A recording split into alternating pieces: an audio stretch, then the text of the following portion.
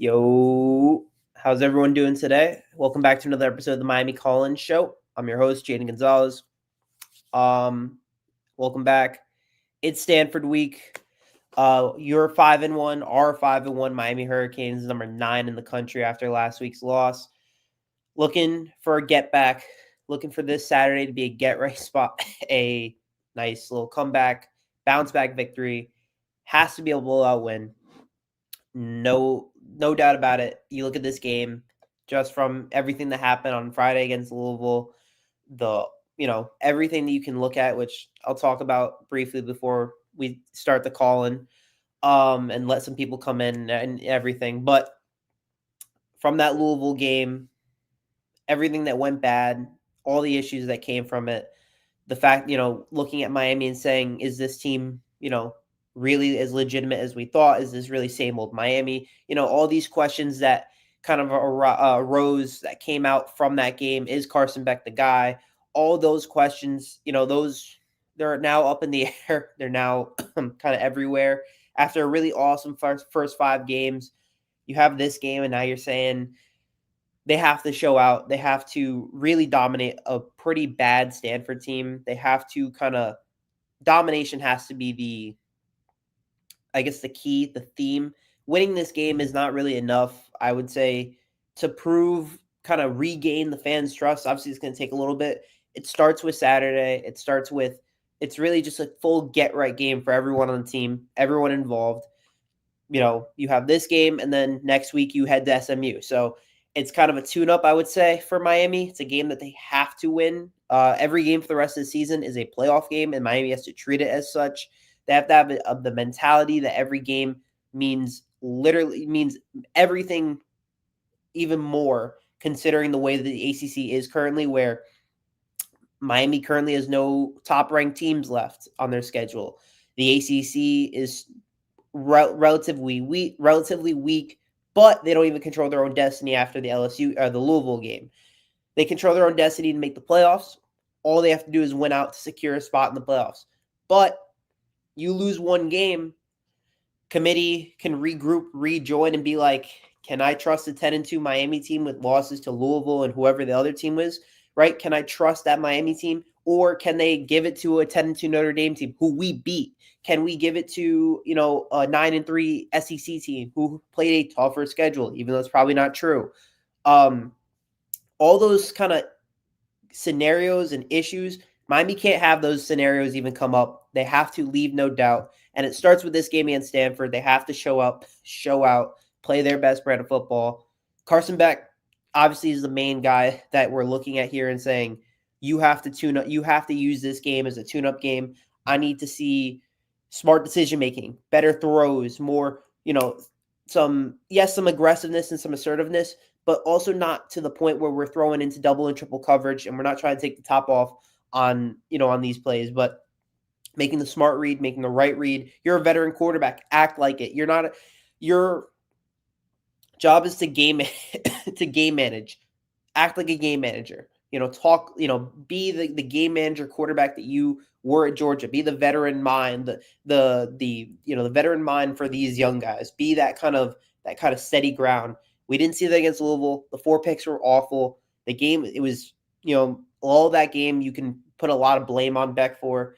This week, he's got to turn up. He's got to figure things out. He's got to change the way that he kind of maybe mentality-wise with the way that he was throwing balls or the logic that he was going with. So obviously Beck is probably the number one thing we're looking at this week and saying, what has to be different? What are we looking at and saying what Miami needs to be doing better? Right away, it looks at is Beck. Is the game against Stanford this week needs to be his best game since FSU. It has to be a 300-plus yard game with 2 to 3 touchdowns and, 1 or less interceptions, where he's playing smart football, making good, quick throws, good decision throws. Again, he's playing against a bad Stanford team that barely beat FSU, shouldn't have even beat them. When they play good teams, they lose. I believe they're 0-4 against ranked teams this year, and they've lost by 20-plus in all these games. That has to remain the same. Miami should beat them by 30-plus. It has to be one of those games. If they, I don't even want to talk about losing. If they win this game by under 14 points, I'm willing to call it maybe a disappointment, because one of the issues for Miami is as well, has been their inability to kind of close out games or fully blow out teams. The only blowout they have this year has been, and final score wise was USF. So they need to blow out Stanford. They need to play their best brand of football since the FSU game for the first 3 quarters. They need to kind of pick things up where they left off from conference play or from non-conference play and just play, that kind of football we've been seeing. It's back. It's a run game, which its last 2 games, bad last 2 games for the run game. FSU, you can attribute that to the FSU DC saying, hey, we're going to stack the box. Hey, we're going to take out Fletcher, Lyle, and Marty Brown, and we're going to focus on everything else. We're going to take them out and force them to throw. They forced Miami to throw.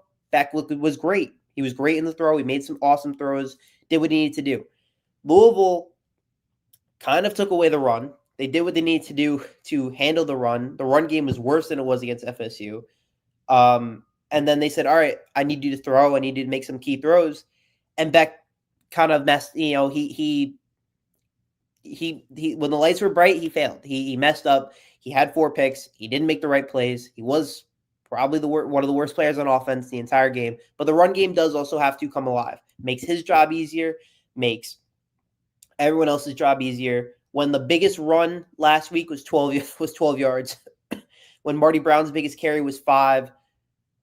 When Mark Fletcher's biggest run was 6. Those are when Malachi Toney was technically the lead, right? He had a 12-yard end-around touchdown.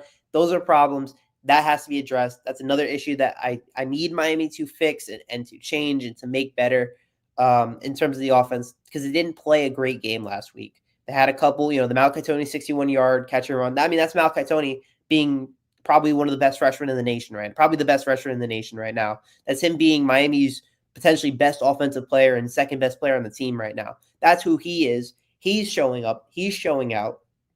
CJ Daniels is showing out. A wide receiver 3 has yet to emerge, and we're still waiting for that. The run game has to improve. Beck has to improve from last week. Those what we're seeing, at least what I'm thinking about on offense. What I need to see on Stanford, I need to see them play pretty flawless football, or at least more improvement than the last 2 games where I'm saying, can you play your best brand of football, for 4 quarters against this, again, a bad Stanford team that's going across the country. I don't know the last time they've won a ranked game, a game against a top 10 team. They're not great. They haven't been great for a long time. If you want to make it any concerns, Mario Cristobal, I believe, had a game against Stanford back when he was at Oregon that they lost. But if he loses this game, there's no doubt about saying that the season's over, obviously. So for Miami, it's just got to win this game first and foremost. But second of all, I need to see something that makes me feel, again, like I can say, this team's a title contender. This team I need some reassurance within the team. And I know a lot of Canes fans agree, because they played had such a letdown last week. And because, their offense didn't play their best brand of football. And then their defense in the first 2 drives looked lost. Jeff Brom came out. Miller Moss had the ball, got it out under 2.5 seconds, which is fine. But the defensive backs kind of gave a lot of their guys a lot of cushion, allowed Chris Bell and Isaac Brown to really run all over them. Chris Bell and the crossers and on mesh plays, Isaac Brown on the run game. They were kind of able to dominate overall. And that was a problem from that. Miami's defense had 27 missed tackles. That can't happen. I think, Besant might have had 5 of them. That can't happen. You can't miss tackles. You can't mess up some of these easy routine plays. If Stanford goes with the same route of trying to neutralize Bain for getting the ball out quickly, you have to adjust. You have to try to make the adjustments necessary, which I thought they did towards the second half, and I thought it was showing, but they still didn't play a great game of football. For this week, I need to see it all 4 quarters. They can adjust, they make the right reads, they do what they need to do. Louisville threw the kitchen sink at Miami, and I expect every other ACC opponent for the rest of the year for Miami to do the same. Miami has to expect every single team is treating this game like it's their Super Bowl, and for Miami, it has to be that kind of logic. All right, they're going to play their best brand of football. We have to continue to play our best brand of football. For the defense, it's no different. The pass rush did get to Miller Moss. Miller Moss just got the ball out quickly. His game plan and his system and his management was working better than it was on the side for Miami, where just Miami's biggest strength was their pass rush, and Ruben Bain was kind of neutralized because they double teamed them, and then they had Miller Moss getting the ball out so fast that he couldn't get to the quarterback fast enough. When they did get to him, when they did force him under pressure, Miller Moss would kind of spike the football or just throw it away, do whatever was necessary to get out of harm's way. That strategy worked, and I think teams are going to see that and say, we can do the same thing. Corey Heatherman has to adjust. He has to readjust. Got to get tackles. Got to force turnovers. Make the right plays. One of the biggest plays on defense last week was Keontae Scott's hit on Isaac Brown. Forcing that turnover gave the team new life. Everyone was leaving with 8 minutes left in the game after Beck's third pick. You force that fumble on Isaac Brown, you're right back in the game after the Toney touchdown 2-point conversion. So getting the turnovers, turning the ball over on the Stanford team. One of the things that from on the offensive side, Stanford has 1 total interception this year, has 5 total turnovers. That's extremely low. They're the only guy with the interception might not play. They don't know if they have a redshirt freshman playing quarterback this week. They have no idea if their starting running back is playing this week. They have no idea if their starting corner is playing this week. They're banged up. They're hurt. They're also a bad football team overall. This has to be probably an easier game than USF on paper. On paper, that's how much of I would say a talent disparity it looks like right now between Miami and Stanford than it was when Miami was playing USF. That's how much better I would say Miami is to the Stanford team, and they have to prove that on Saturday. That's the biggest question. Can they prove that on Saturday? Can they show up and show out in this game? Miami's best players, I would say, last week was Toney, Keontae Scott, Jacoby Thomas had a great game. Poyser, like there were pieces that I can say like they played a very good game. Beck wasn't sacked at all, but the guys that we are looking at, the run game, Beck himself, potentially a wide receiver 3 to step up. Their pass rush, which was just neutralized because of a great system. The linebackers really need to step up this week. A lot of things we should be looking at and kind of saying to ourselves, keeping an eye on, saying if we see improvements there, all right, Louisville was a fluke. All right, this was just it just happens. Beck said it, thank God, we play 12 games for a reason, not just one. Prove that was true, that last Friday was just a fluke game, an off night, a bad night. Louisville had everything working for them. They threw the kitchen sink at you and they won. Shout out them. That's what you are hoping you get out of that loss. Then you're learning from the loss, you're growing from it, and you're saying, all right, now we have to play our best brand of football for the rest of the season. I think if that's the mindset, if that's the logic, and we see that on Saturday, we'll feel a lot better about this team. And you'll feel a lot better about the team going into Dallas next week for probably their biggest game. And, obviously their first road game of the year outside the state of Florida. And, that's a tough game. It's SMU, who have a lot of former Miami guys, a lot of guys that, you're looking at and you're saying, it's a tough game. That's kind of what I was going at for SMU, which is going to be a very good game. I agree. I was thinking about this a lot with the offense. It felt like Shannon Dawson has been I don't think he's been super creative so far with the system, with the offense so far. I don't want him to empty out the playbook, obviously, but I want him to try to he does a lot of tunnel screens. He does a lot of quick passes, a lot of, quick screens and all these moves. And they work with Toney a lot of times. They do. But I want to see more, especially with Lyle. I want to see him more try to go, some stretch plays, some end around plays, him getting to the edge, him trying to go down the sideline, plays like that instead of going inside run up the middle always, and try to hit the edge, try to, with the tight ends, they try to go to Lofton on that final play. If it's a miscommunication, it's going to make it even harder for Lofton to get back on the field. And Bowman's he's not the athlete that Lofton is. Lofton is supposed to be a Swiss Army knife that you can use in the backfield. You can use him as a passer. You can use that wide. You can use him in the block. You can use him in the run. And if he messed up there, if it was a miscommunication, it's going to be harder for him to kind of get back there. And Bowman isn't necessarily he's more of just a blocker or a safety blanket kind of guy. The issue with JoJo is more or less we don't No, we have no idea what they're talking about with who's the wide receiver 3 on this team. Keelan Marion, or not Keelan Marion. Yeah, Keelan Marion was kind of showing that he was in the first couple of weeks. Then Joshua Moore had a great game against, I believe, USF. There hasn't been a consistent guy. Tony Johnson and JoJo only played 1 snap last week. I don't know. We're not in the practices to watch who either they're looking at or what Chris Beard's thinking. I can't tell you. I'm not going to try to speculate. I would love, look, from last year, I wanted it to be JoJo. I thought JoJo was going to be wide receiver 2. Tony steps up. Josh Moore has looked really good in moments. I thought JoJo was going to really step up. Hasn't seen it so far. It could be like there's so many different reasons of why he hasn't played. They're very secretive about it, which is fine. You just got to, for Miami, it's just you got to have some guy step up to be a wide receiver 3. You got to have someone be, kind of take the reins and say, I'll step up and do what we need to do and play our best brand. And love, peace, happiness. I was thinking this is kind of my point I was talking about with the defense, what the issue it was. The lack of adjustments in the first couple drives of the game. If Miller Moss is getting the ball out in under 2.5 seconds, which he was consistently, I believe it was like his average was 2.3 seconds.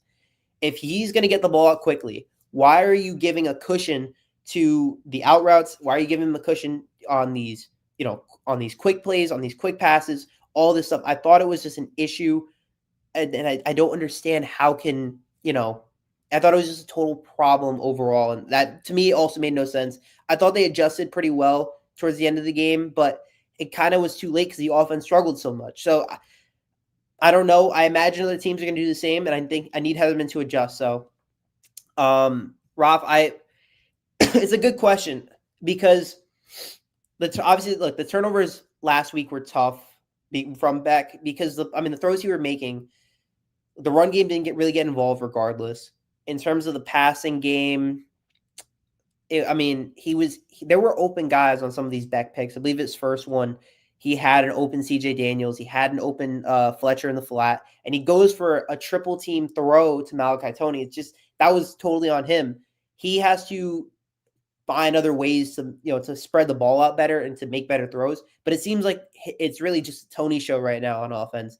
And I would like to see it. I would like to see it be more creative, be more kind of fun, or maybe not fun, but make the right reads, have a more consistent offense that's can score at will that we didn't see last week because of the back turnovers or some throws that he was making that he just didn't play well. He didn't make great throws. He admitted it that he made his third pick. I believe he said, I just made a bad throw.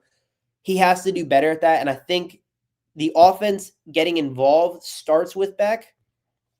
And if he starts to get going, make some rhythm throws, do what he needs to do, be the game manager that he should be, the offense will open up a little bit more. And I think we saw that with FSU because even the run game wasn't working. He opened so much space up for Tony and Daniels, and they both played an incredible game. So I don't know. I wish I knew because I would have worked against Louisville and it didn't work because Beck played probably the worst game of his career. So the only way is up. So I don't know. I'm going to post the StreamYard link, by the way, for anyone who wants to come in, talk, give me a question, whatever it may be. Forgot to post that, my bad. But I do appreciate you guys in the comments as well if you don't want to use the StreamYard link. So, but like for Beck, he has to be more creative. No, I wouldn't say creative. He just has to be a game manager. I think we talked about this before the season even started. Cam Ward is not a game changer. Or Cam Ward was a game changer. Sorry. Cam Ward was a game changer. He was a Heisman level quarterback that was making nutty throws, off balance, all that. Carson Beck's not that. He's never been that.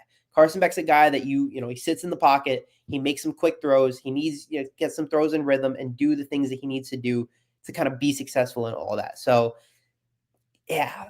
Falconer, thank you for the $1.99 super sticker. And we do have our first guest, obviously our recurring guest, Caden the Diesel. How you doing, Caden? Jaden, how you doing, sir? I'm all right. How you doing? The Louisville loss was no excuse to be said. This was the game that was proven that this offense needs to strengthen up just a hair bit more, and this defense needs to start playing a little more angry. I agree. For what?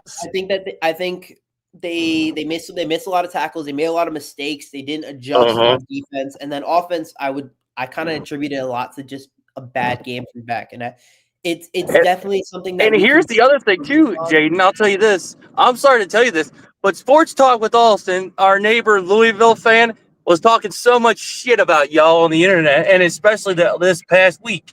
He was talking so much shit up his ass, and I swear to God, it was just annoying. They had all the reason to talk. They backed it up. They Oh talked yeah, about oh yeah. you want if you want to talk, you want to shut them up. You gotta beat them on the field. They didn't beat them on the field. They walked into our stadium and beat us. That's a problem. It can't happen again. They can talk how much they talk, because we talk as much as we talk on FSU, Notre Dame, and UF. They can talk. They won the game. Miami's got to get better. We've got to focus on. But here's the thing: if y'all play in the ACC championship, y'all need to whip their ass. Y'all need to whip their ass. Yeah, of course, but it was just a game that was a letdown spot for Miami. It sucks to lose to them, but I'm hoping that it kind of shocks them back into place, sets them back into place, and say, all right, let's adjust, let's move forward, let's move on, let's focus on the next game. Y'all just need to kick the shit out of Stanford. Yeah. And then once y'all kick it's a straight up get right game. Straight up get right game. Got to win that game by 30 plus. Win it, and you know what, Jaden? You pointed it right out. You put the nail into the. You hit the hammer the hammer to the anvil right there. And here's the other thing: Ray Lewis needs to go in that Miami locker room and set them boys up right. That it's serious. He needs to get the boys set straight right, because this is a team that its legacy lives off of beating the crap out of everybody in the ACC. That's truth. Yeah. But also, where's the Miami culture that was running wild for the last 6 weeks? Beating the crap out of people, not giving a damn. You didn't give a rat's ass about who you beat. You beat who you beat. I agree. It comes from a bad loss where for good reason to kind of start being lower on this team than you first thought. You're number 2 in the country with all these wins, talking about how awesome they were looking, and then you kind of lay an egg in a game against Louisville that you thought that you could have won.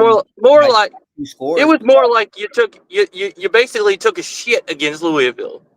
Yeah, basically, like it's no excuse. It was a bad game overall. It's no fucking excuse. Y'all need to snap back, and y'all need to start fighting that. That's all you need to do, straight up. Like if we were to, I told Austin, if Louisville came to Ohio State, we would stomp their asses so bad on the fucking ground, they wouldn't know what hit them. I get it. But they won, and you have to kind of live with it, and you got to learn from the mistakes from this game, and you have to move on. And it starts with Stanford. Well, you know what? It's all right. It's all right. The next couple of games, I know you guys are going to kick the shit out of everybody. I know you're going to kick the shit out of everybody. Georgia Tech is just overhyped, and Louisville just got one lucky win. I'm high on Georgia Tech. I think they're a very good team. I do think a lot of people are overreacting because it's one bad game. But it's kind of like when you play as bad as you did, you kind of go back to that thought of is it the same old Miami? And I think that's kind of in our minds right now. Like, who the hell is Miami? Miami's the team that should be feared in the ACC because Clemson's dog shit. And Florida State. Look, they were the clear favorite. They were the clear favorite 2 weeks ago, and now they don't control their own destiny. So obviously, you're going to have a lot of these emotions. But if you ball out against Stanford, and if you kick the teeth into to SMU, that's it's a positive start, and you get the fan base back on track. Right, and I got you guys winning the SMU and Stanford game. Yeah, I know y'all gonna kick the shit out of them, because SMU Stanford, that's the bottom of the fucking barrel next to Florida State. Let's be fair. SMU is a good team. It's a team that I respect. So it's y'all respect them, but here's the thing: between me and you, I don't give a damn about anybody in the ACC. If you're the bottom of the barrel of the ACC, I don't give a damn about you. Seriously don't give a rat's ass. That's fair. That's fair. Seriously, Miami should be the hurt syndicate of the ACC. Y'all talk shit, you're gonna get your asses beat, and when you get your asses beat, you're gonna be lying on the fucking ground with your head down and you'll be on your own pile, your own blood, and everything else. Yeah. Why? Because you talk so much shit, and you got your asses beat severely. They didn't do that on Friday against Louisville, and it showed. And now they have to show it for the rest of the season. It just every single game is now a playoff game, and they have to treat it as such. I think if they beat Stanford in the way that I expect them to, I think they can keep this loss. All right, couple issues, move forward, keep moving. They need it, and when y'all beat Stanford and SMU, y'all need to start chanting, "Y'all hurt people. You hurt people for a damn reason. When they get in your fucking way, you light them up." I mean, why do you think Ohio State's been lighting people up for the last 8 weeks? To be fair, sure, yeah. I mean, I'm speaking the truth here, Jane. I'm not gonna sugarcoat shit. Like, we're over here saying we hurt people in the Big Ten because the Big Ten can't schedule anybody good against us. Seriously, like, we're just going through this schedule like an easy buffet. Seriously, it's just one pile of meat, and Badger meat. You gotta deep fry it before you start barbecuing it. Hair of advice for anybody that's a meat lover. But that's what the Canes need to start doing, is beating the shit out of somebody and beat the shit out of them. And Stanford should be no exception.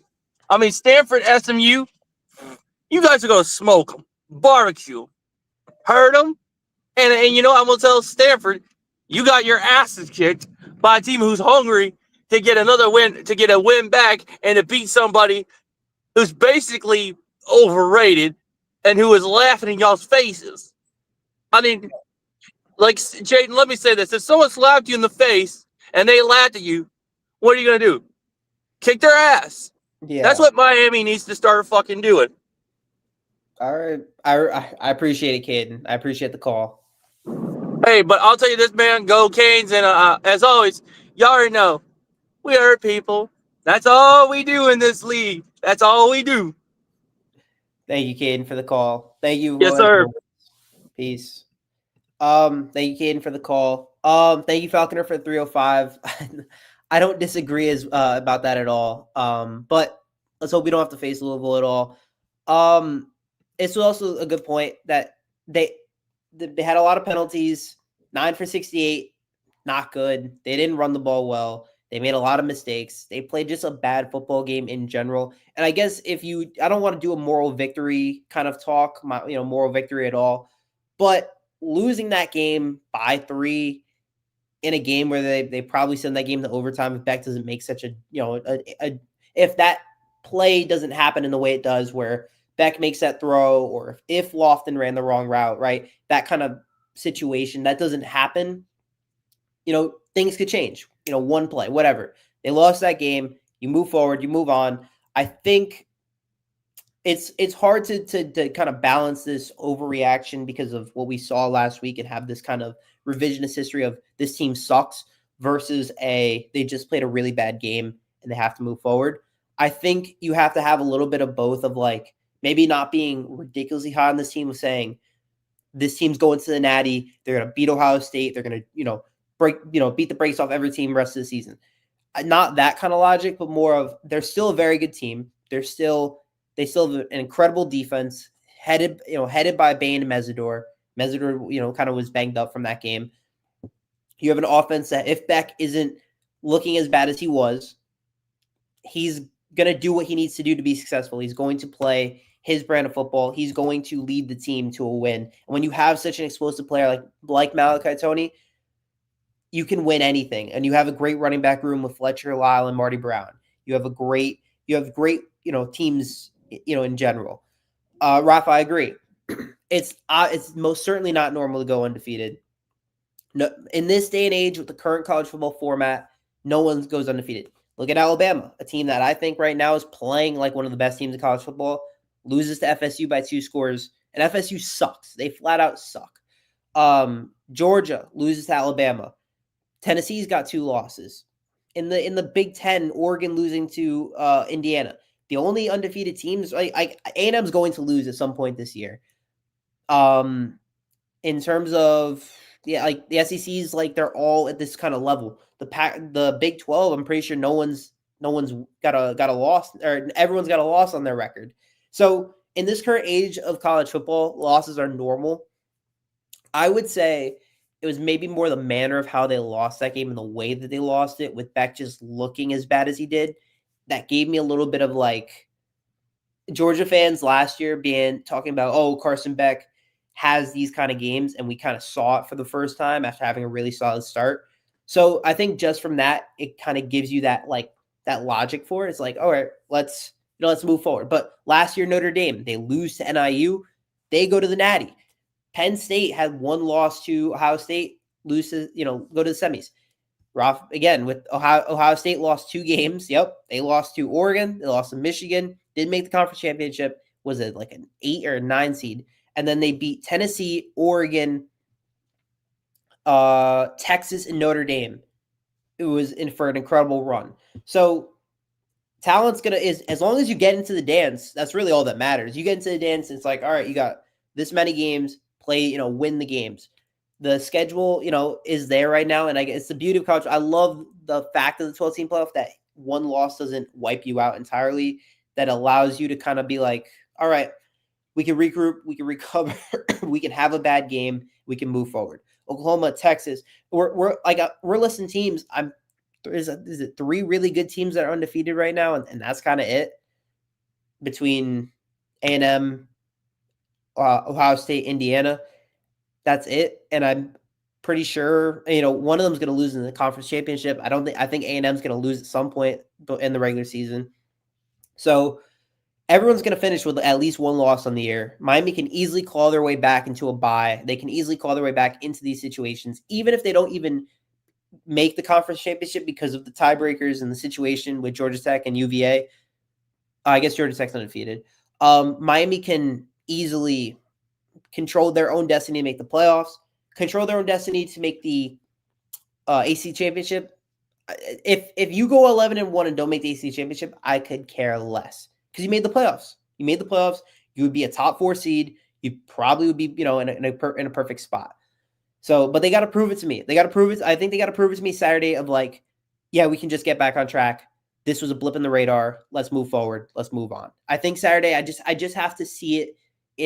Because if you look at last year when they lost to Georgia Tech, they beat Wake, and then they lost to Syracuse, and it was like you kind of saw the spiraling happen. 2 years ago, you lose to Georgia Tech, and then it was a total spiral for the rest of the year.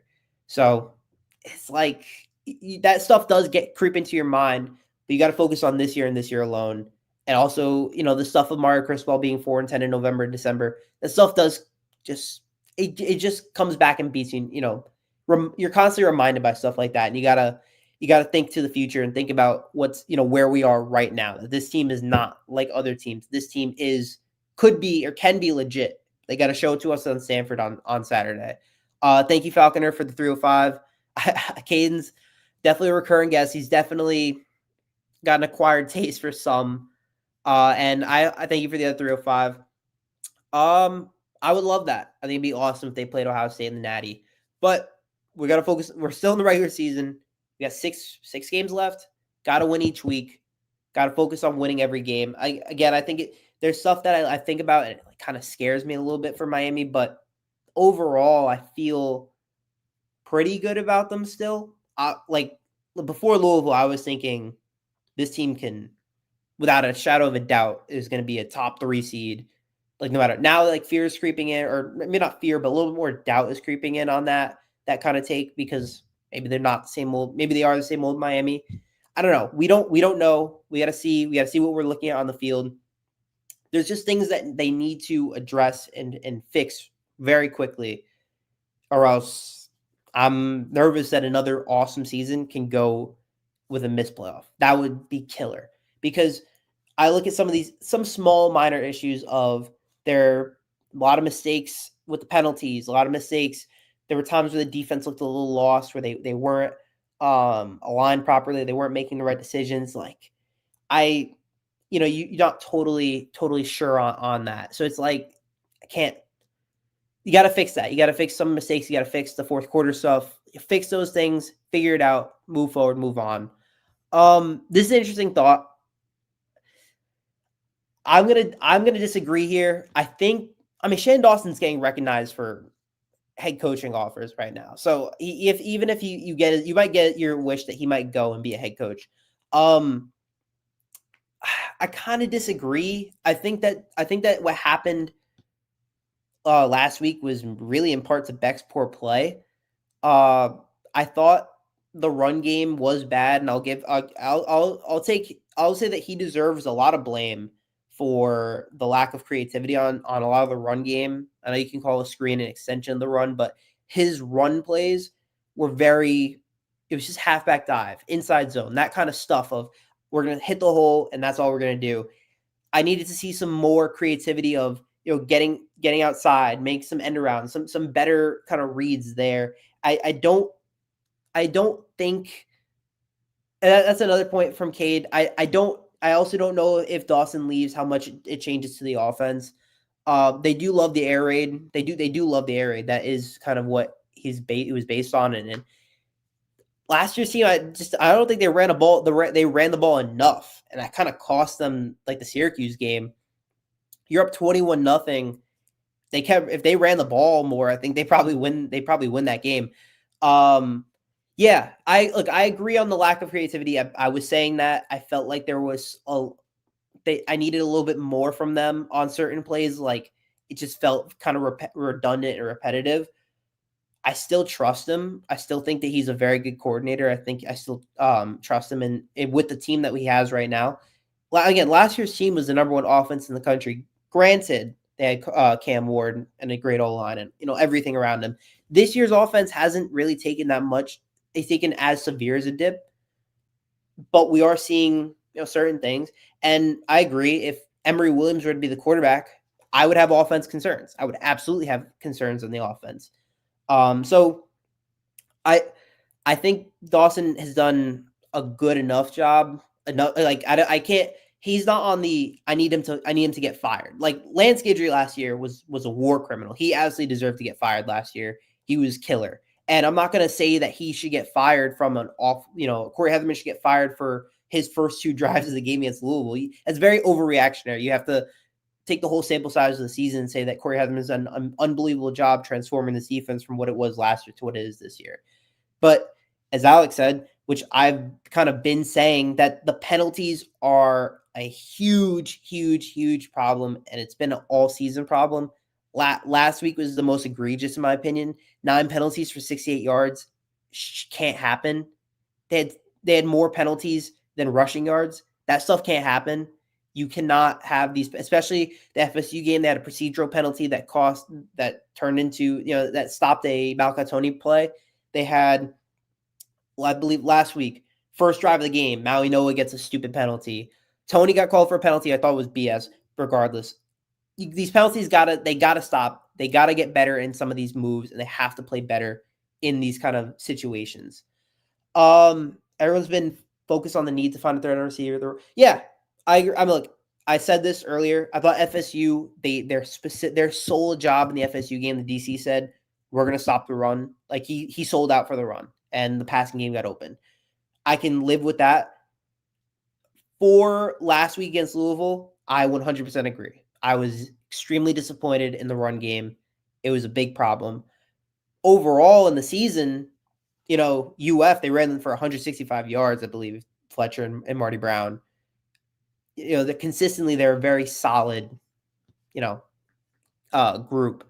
Fletcher's going to have to do like Martinez. Yeah, I mean, look, Martinez turned it up last year. He was kind of struggling. He was kind of getting more kind of a feel for the system and everything. And once I would say, the Louisville game was an awesome game for him. After that game, he was kind of dominant in all aspects. He was so good. And I can kind of see that. I want to see the team just hit more plays on the outside. I want to see them run down the sideline more. It seems like every play, though, just seems to be a run up the middle. And I need to see a little bit more from that in terms of the run game. I still have hope and pretty strong belief that they're going to play very well rest of the season, and they're going to rely on the run pretty heavily. And the thing I've been mentioning the most is if the run game does well, it opens up Beck to be a game manager and make just decent throws. It doesn't have to be this kind of, great quarterback. It just doesn't need to be. He has to be a game manager. Make the right reads, make the proper throws, do what he needs to do. Given the current climate around the receivers, it doesn't. I would say parts of it doesn't help. Like the JoJo situation doesn't help for sure. But for transfer receivers, seeing CJ Daniels ball out gotta help, and seeing Malachi Tony ball out. I mean, I saw a tweet. I think after the FSU game that after Tony and Fitzgerald's awesome performances, I would say it's a pretty good recruiting sign to say, hey, if you're good enough, we're going to start you right away and you can make an immediate contribution to the team.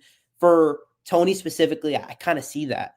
But I do agree with the JoJo stuff. Like it could be an issue. The fact that we don't know, Miami's quarterback room is always changing, at least in the last 2 years when you go from Cam Ward to Carson Beck, and there's a world where the transfer portal becomes, they go back to the quarterback well in the transfer portal, or they go with Emory, or they go, so maybe Darion Coleman or Luke Day. I don't know what they're going to do with quarterback. That could play a role as well. There's a lot of at play with that. I trust Mario as a recruiter, but it could definitely affect it right now, given the speculation going on. I agree with Joshua Moore. I thought he was awesome against USF and even played a little bit against Bethune. I thought he could have been more. I really thought he was going to be that consistent wide receiver 3, and he didn't really kind of show up. He also hasn't played a whole lot. I believe if you look at the snap counts, it's significantly Daniels, Tony, and then it's been like this collective group of these threes of Marion, Tony Johnson, Tony Johnson, JoJo average 1 snap a game. Joshua Moore is kind of like right there. Even Dalen Upshaw. So it's like, I'm confused by what's going on with the receivers. I would like to see someone emerge. I thought it was going to be Joshua Moore because of after USF, I thought it was going to be Joshua Moore. Now it's like I don't know. It's just a weird kind of issue here. I haven't seen anything. Brockermeyer, to me, I thought at least hit a couple penalties, a couple false starts, a couple issues there in the beginning of the year. I obviously am not watching nonstop O-line film or watching him consistently. The O-line didn't allow any sacks last week, and they've, to me, has been the best offensive line in the country in the passing game. And the run game, obviously, the last 2 weeks have struggled, so you could maybe ding up Brockermeyer there. I haven't been able to really look at the plays and say that Brockermeyer is at fault. I don't know how much it matters, but I think he won offensive ACC O-lineman of the week a couple weeks ago. I don't know. I don't think he was an issue with a couple penalties, that's for sure. And I remember him giving up a sack sometime earlier this season. Last couple weeks, I think he's been pretty solid. I can't give you 100% on that one. Honestly, kind of glad they got Corkburg. Yeah, I agree. And I think this was the discussion I had beginning of the season. I said, would you rather go 10-2 with the 2 losses in ACC play or the 2 losses being like a split against Notre Dame and UF? It's very clearly you want the 2 losses to be ACC play, because if you lose, because you have a win against Notre Dame and you have a win against UF and USF, USF's the best G5 team right now. Notre Dame is going to make the playoffs. They're just going to make the playoffs. And UF is still an SEC team. Winning those games were huge for the team. They were absolutely huge. And now the fact that they control their own destiny to make the playoffs is so much better than controlling your own destiny to just make the ACC championship game. Because if you control your own destiny to make the ACC championship game and say you lose in that game, the committee would then, say a 10-3 Miami team, can they get in? They have losses to blah, blah, blah. Thankfully, we're in a different situation where Miami has to get in if they just win the rest of the games this season. They have to. I mean, there's no reason they don't. And even if they were to lose another game, there's still an outside shot that they get in. So definitely a wake-up call for them was the Louisville game. And again, I'm hoping on Saturday it translates with a dominant game. I want to see that. I don't. I haven't. I'm in the press box. I've been watching a lot of them from the press box. I haven't honestly haven't been paying attention to Brockermeyer. If this is true, I'm gonna watch a lot of it on Saturday in the press box again there, and I'll see if what you're saying is true. I would like to. I'll watch more of the O linemen. I'll keep a closer eye on them on Saturday if that's true or not. I'll post the link one more time. I would say, but it's definitely a lot of great questions, a lot of great things to think about. I don't. Yeah, I think I said outside shot. Don't think they'll they will get in with a ACC loss with 2 ACC losses because of how bad the conference is right now in terms of them not playing any ranked games the rest of the season. Their toughest opponent being an SMU team that hasn't looked amazing. Pitt, they look good, but Pitt's not a respectable. Like compare that to the SEC where like 10 teams are ranked, which I don't think they should be, but they have so many teams ranked that every game you play is technically a quality win. And in the Big Ten, it's kind of the same way. We're like, oh, all these games are quality wins. In the ACC, it's like, or even a quality loss. Like they're going to call Tennessee's 2 losses to be being Georgia and Bama like quality losses. But I don't think Tennessee's all that good. LSU's losses are Vandy and some of these teams is like it's stupid. It's a dumb thought. In general, though, for Miami, I agree. They have to win out if they want to solidify themselves in the playoffs. A lot of things would have to happen if they go 10-2. They then can't control their own destiny. And that's the problem. For Miami, you have to continue to be able to control your own destiny. And that starts with winning every single week and treating every game like it's a playoff game to get in. So, again, I have not been seeing that. Well, I will be watching Brockermeyer on Saturday. The couple things that I saw from Brockermeyer was he had a couple holding penalties, a couple false starts, some illegal form, like some procedural penalties.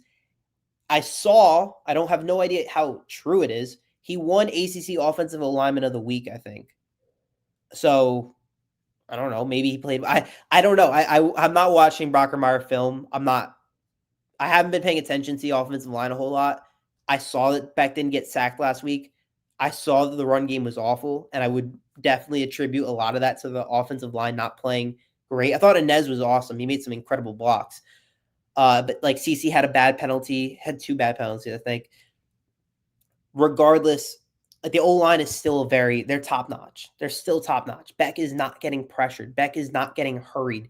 Beck is able to make the right throws, or Beck is able to have guys open. He has to make the right throws. He has to make the better plays, and he really has to do better. Like in general, like from that Louisville game, he has to be smarter. He has to make the right throws, the better throws. He can't be throwing in triple coverage to try to take the top off and go to Tony. I don't even care if you even think that was a penalty. It probably was. But you don't make that throw regardless. It was in triple coverage. The second throw was technically in double coverage, and it was also not a good throw. It didn't make sense. Great pick, but it wasn't a great. The idea wasn't. I guess the idea was there. Execution was way off. It was a bad 50-50 ball. Didn't work for him. Third pick was 4th down, whatever. And the last one, you can attribute to a lot of different things. You can blame it on Lofton. You can blame it on the play call. You can blame it on Beck for even throwing that ball. A lot of different factors on that last one. Ended up being the reason they lost that game. He has to be better in general. Just has to be better. He has to play a better game. Again, game manage. Be a game manager. Make the right throws. Make the right reads. You're a veteran. You should see the game differently. This is your 3rd starting season. He has to. These are some. Is it like he made throws that a redshirt freshman would make? He made throws that like if Emory Williams made it in his freshman year. Like he looked like Tyler Van Dyke out there. He did. He looked like TVD, and it was concerning. But Beck has these games, and I need him to not have this game for the rest of his Miami career. That's unfortunately the only thing I can say. So, yeah. I'll take a couple more. I'll take some questions as we wrap up a little bit more. Also, give me some score predictions for Saturday. I mean, it has to be better than USF. It has to be like a 56-14 kind of game. Thank you for the 305. Falconer will it affect the hell? Yes, maybe. Certainly not helping our fan base, our student section at least. Last week was 3 points. No one showed up in that student section. This week is Key West. That student section is going to be empty again. There's some problems with the student section. Helicopter might be needed. It might be needed even more. They're putting signs on campus everywhere about trying to have the fans show up. It's unfortunate that the students are struggling to show up, but last Friday was a nightmare. If anyone tried going to that game and they're in Miami, how awful it was to try to get to that game. It was about an hour 45 drive for me from like 4:00 last Friday to get to the stadium. And the students having to take a bus is going to add another half hour minimum to it. I feel awful for them. It's only going to, like a helicopter might have to be in play. A helicopter might have to be in play to get these guys to the stadium. Also giving the students more reason to go to this game. They got to have more reason to go to the game because unfortunately they're not, there needs to be like on a hierarchy for the students, like the number one hierarchy of like what I want to do on my Friday night would be to go to Hard Rock Stadium. For a lot of them, it was go to 3 points. And this week it's go to Key West. So kind of sucks. It really does bother me, but what are you going to do about it? They're going to continue to clown us on Twitter and you just got to ignore it and move forward. Yeah, I think it should be a pretty dominant game. My hope is that I'm not watching this game in the fourth quarter and saying, even if they win, this team's not a championship winning team. That'd be a problem. That'd be an issue. Just dominate them. Make it impossible for them to even think about coming back. Try to have this game over by the third quarter. Let the fans come home happy. Kind of think positively, and then you hop on a flight to Dallas next week, and you have a pretty fun game over there. So, yeah, I'll go like 56-14 maybe. I think it should be a dominant game. I've wanted this forever. I thought they were gonna build a metro stop to get to Hard Rock Stadium from camp, like just something. Make there some better public transportation to get to the stadium. Taking taking a bus to the stadium sucks. Driving in that I-95 or Palmetto traffic sucks. You have to entice these fans to make it an obvious reason to get to the stadium. There's also a student body of under 20,000 to try to fit a 70,000, stadium. It's hard to do it. It genuinely is hard to try to pack out a stadium that fits 70,000 when your fan base or when your stadium size is only, 20,000, or when your campus enrollment's like 20,000 or so under 20,000. A metro stop would be I thought they were going to build one to Hard Rock Stadium. I thought like that was a plan or something. I feel awful technically then for the World Cup people. They're got to try to go to the semifinals. I can't even imagine that traffic for the World Cup semifinals. This has been a running joke with Falconer and me and Shay on our Monday show forever about the helicopter. But it's almost becoming, because there is a helipad at Hard Rock. It's almost becoming almost like maybe we should try it. The students they have a lot of money. It's objective. A lot of the students here, they're pretty wealthy. They're going to Key West on Friday because they can for a Halloween weekend. They got no reason to go to this game. So, they